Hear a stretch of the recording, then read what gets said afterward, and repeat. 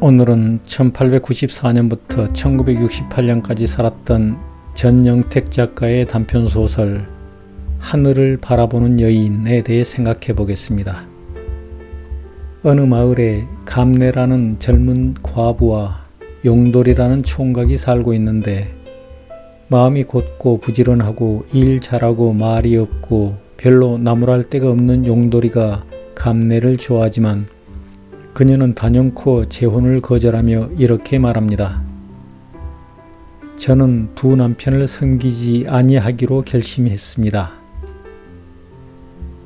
유교를 숭배하는 자들은 한 남자만을 섬기는 여자를 절개 있는 여자라 부르면서 최고의 미덕으로 삼습니다. 그런 인간들은 남편이 죽고 나서 여자에게 새로운 사랑이 나타나더라도 재혼하는 것을 매우 싫어합니다. 그래서 사랑을 거부하도록 강요하는 그따위 더러운 유교를 나는 매우 싫어합니다. 믿음, 소망, 사랑 중에 사랑이 제일이라는 어떤 종교가 유교보다 100배, 1000배 더 낫습니다.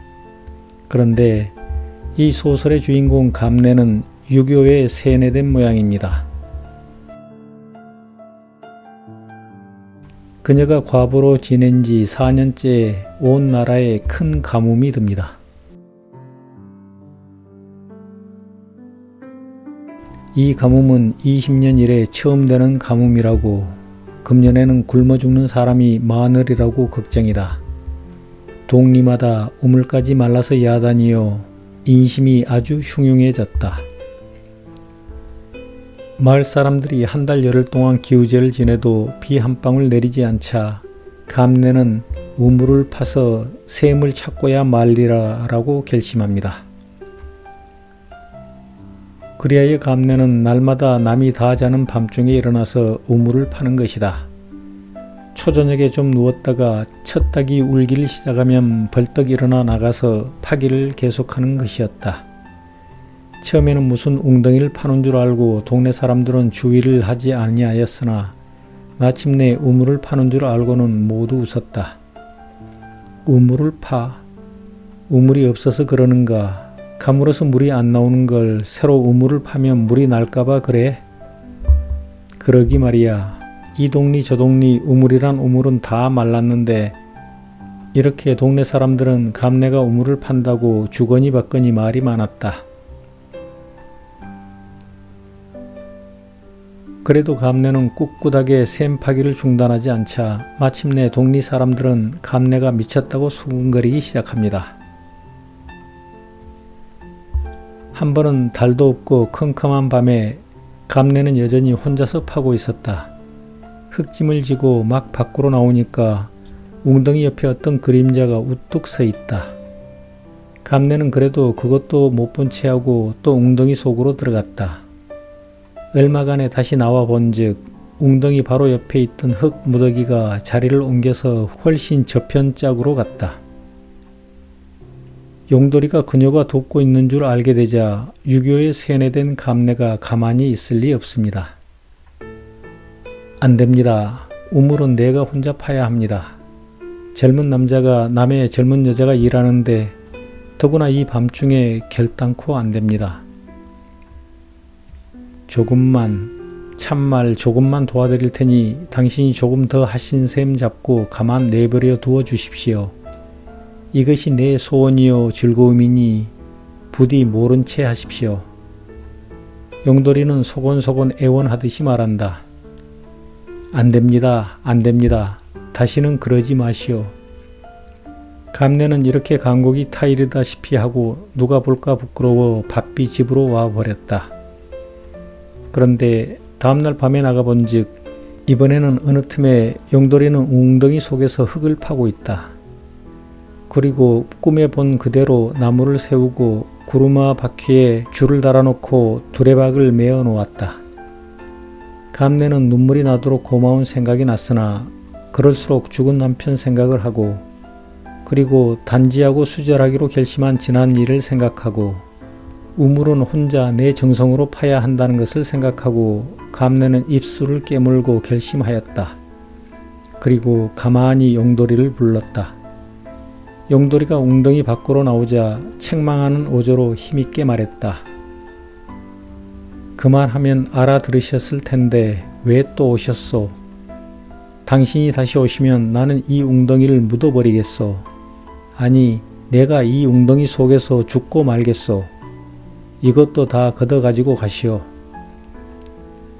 그럼 다시 오지 않을 테니 이것만은 그냥 쓰십시오. 하늘이 차려주신 줄 아시구려. 용돌이는 어두운데 사라지고 말았다. 용돌이는 그 뒤에는 다시 오지 아니하였다. 감내는 그 후에도 계속 혼자 웅덩이를 파내려가다가 한 달 후 평평한 바위를 발견했고 처음에는 낙심했지만 다시 결심을 하고 웅덩이를 더 넓혀가면서 바위 주위 파내기를 계속하여 그로부터 일주일 후 새벽에 바위에 밑이 나왔습니다. 잠시 쉬어가지고 있는 힘을 다해서 죽기를 기쓰고 그 반석을 쳐들었다.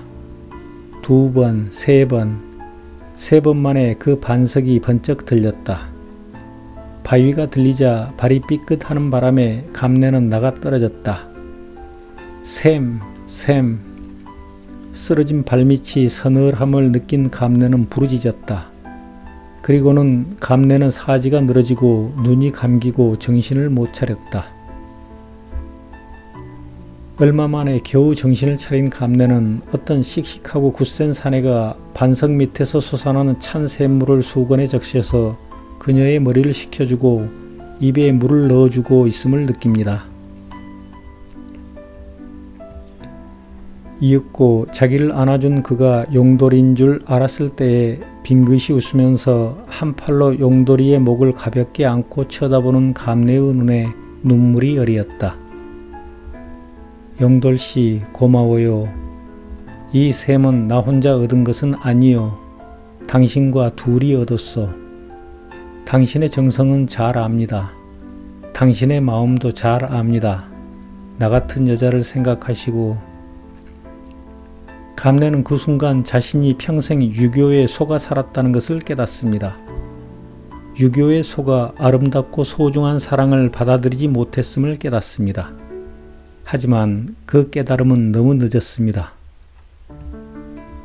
감내, 정신 차려요. 다시 눈을 감은 감내를 보고 용돌이는 울듯이 소리친다. 샘물을 먹어요. 샘물도 먹이고 흔들기도 하였으나 눈을 감고 대답이 없다. 사랑하는 용돌이를 남겨두고 유교에 세뇌되었던 감내는 허무하게 세상을 떠납니다. 그리고 소설은 이렇게 끝이 납니다.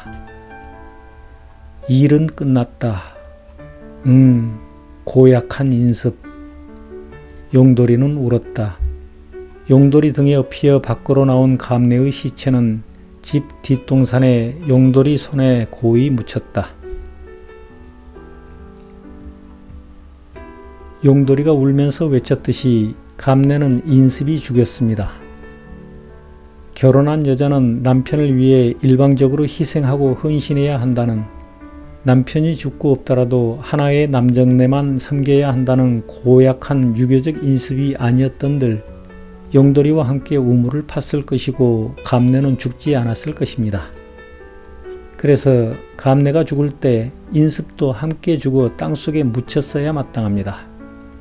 하지만 이놈의 고약한 유교적 인습은 죽지 않고 지금까지도 남녀를 차별하고 나이를 차별하고 직업을 차별하고 학업을 차별하고 있습니다. 그래서 나는 계급주의 사상, 차별주의 사상, 갑질하는 자들의 우상인 유교를 하루라도 빨리 우리 사회, 특히 학교에서 추방해야 한다고 누누이 주장하는 것입니다. 유교적 인습에서 벗어나지 못해 진실한 사랑을 꽃피워보지 못한 불쌍한 감내의 명복을 빕니다. 그리고 용돌이는 고약한 유교에 세뇌되지 않은 진취적이고 당당한 처녀와 결혼하여 내내 행복하길 기원합니다. 감사합니다.